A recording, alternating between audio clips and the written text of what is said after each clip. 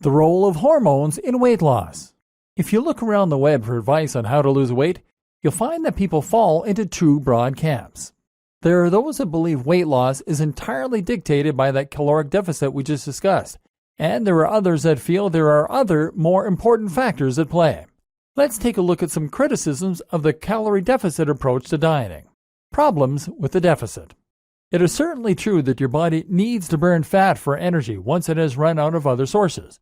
It is certainly true that if you have no other means of getting that energy, you will lose fat stores and eventually you lose weight. This really is simple math, cause and effect. But the problem comes with calculating that magic AMR, active metabolic rate. These calculations are rough guesses at best, and they are based on nothing more than your physical features. The best calculations take into account your muscle mass, which is metabolic active. But even these don't take into account underlying issues such as the balance of your hormones. Simply put, some hormones help you to burn fat faster, and some help you to burn fat slower. These are directly responsible for how many of those processes that require energy are going on in your body at any given time, and how capable your body is of utilizing the various stores of energy available to it. Just a few of these hormones include cortisol, insulin, thyroid hormones, T3 and T4, adrenaline, serotonin, leptin, ghrelin, testosterone, estrogen, progesterone, IGF-1, human growth hormone, and many more. The problem is that we all have different balances of these hormones. These hormones are in constant flux and are affected by everything from what we're eating at the time and how stressed we are to how much sleep we've had and how sunny it is. Some people have imbalances in these hormones that are permanent, while others will use medications that can alter them. Those fitness gurus that ignore the role of hormones in weight loss can't explain why hypothyroidism or polycystic ovaries leads to weight gain. They also can't explain why using steroids builds muscle and burns fat. You may not have a condition like hypothyroidism, but the point to recognize is that these conditions are not really binary. You don't have to have or not have a condition, but rather, you can view everyone as existing somewhere along the spectrum. You might have a slightly lower production of thyroid hormones than someone else, or you might be higher in testosterone. This is why some people lose fat very easily, and it is why some people struggle to lose it. That's also why things tend to get harder for us as we get older, and it's why things get harder for us as we become more stressed and more tired. All of this upsets our hormone balance and puts our bodies into fat storage modes. The issue is not with a calorie deficit, but rather our ability to accurately calculate our own AMR. Not only that, but these hormones also play a very big role in why we struggle to lose weight. They make us hungry, low in energy, and depressed. And they contribute directly to fat storage around the midriff. This is before we take into account the fact that it is essentially impossible to calculate the precise number of calories burned. Heart rate alone is not a perfect correlate for calories burned, or the number of calories in any given item of food. You really think that every single apple has the precise same number of calories in it? Are you sure you're really adding precisely the same amount of sauce to your meals? Then there's another fallacy of the calories in-out diet, which is the notion that our calories somehow magically reset at the end of the day, that we can make sure we're in a calorie deficit on Monday and then start again on Tuesday. In reality, the buildup of calories is cumulative and can be carried over. And then there's the way that eating in itself can affect your hormonal balance and process the foods that are coming in. The cycles of the body. Not only does everyone have different balances of hormones in the long term, but we all also go through cycles where different hormones peak. This is useful information to know if you want to try and make it as easy as possible to encourage weight loss, because it means you can time your consumption of food to coincide with points when your metabolism is fastest. And you can try to diet the hardest at points when you're less likely to be hungry. For example, when you wake up first thing in the morning, your body is in a fasted state. This is simply because you have just gone the last 8 hours without eating anything, thereby meaning you have very low blood sugar. How does the body interpret this?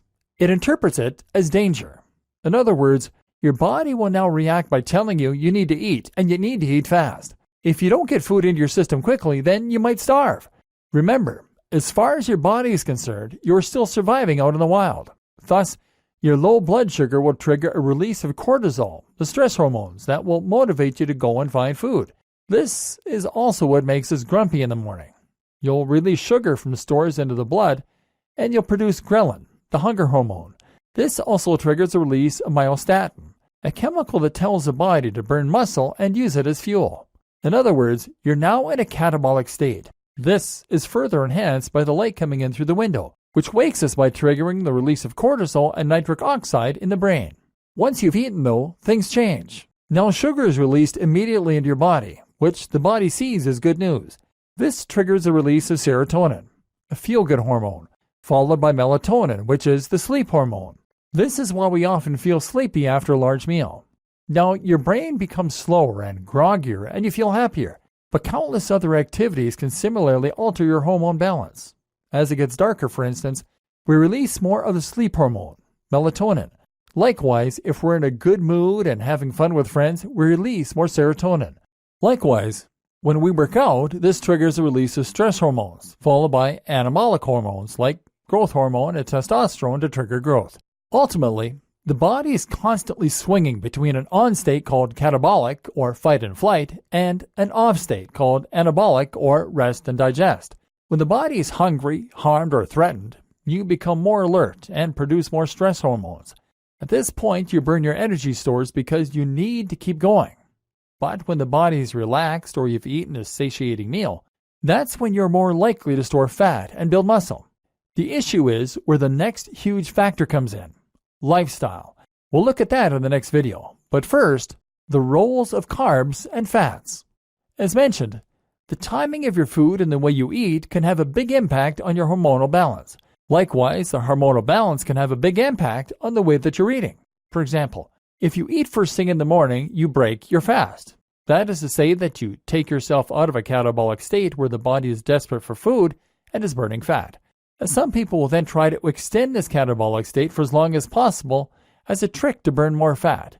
They might even engage in something called fasted cardio, which means that they'll work out first thing in the morning, before breakfast, so that the only thing available to burn is stored fat. Another trick is something called carb backloading. Here, you engage in intensive exercise designed to deplete the glycogen stores. Then you consume carbs, and as a result, they will be more likely to be stored in the muscle cells rather than being stored as fat. But the technique that most people are interested in is to avoid simple carbohydrates altogether. Simple carbohydrates are any carbs that release their energy immediately into the blood. These tend to be the sweetest carbs like sugar, cake, and white bread. By eating these, you cause a sudden spike in blood sugar, which triggers the release of insulin and puts your body into a fat storage mode. If you avoid these simple carbs, however, then you can maintain more of an equilibrium and thereby prevent your body from storing the energy. Instead, you'll simply be replenishing your blood sugar as it is being used up. This is the objective of many low-carb dieters, who will instead rely on complex carbohydrates and fats, which digest much more slowly and therefore release sugar into the blood at a slower rate as well. Some low-carb dieters and fasters will go even further to try and reduce blood sugar to the point that the body begins producing an alternative energy source, ketones. Do you need to worry about this? Is any of it relevant for losing your belly? Don't worry. Everything will be explained into a simple-to-follow program very shortly.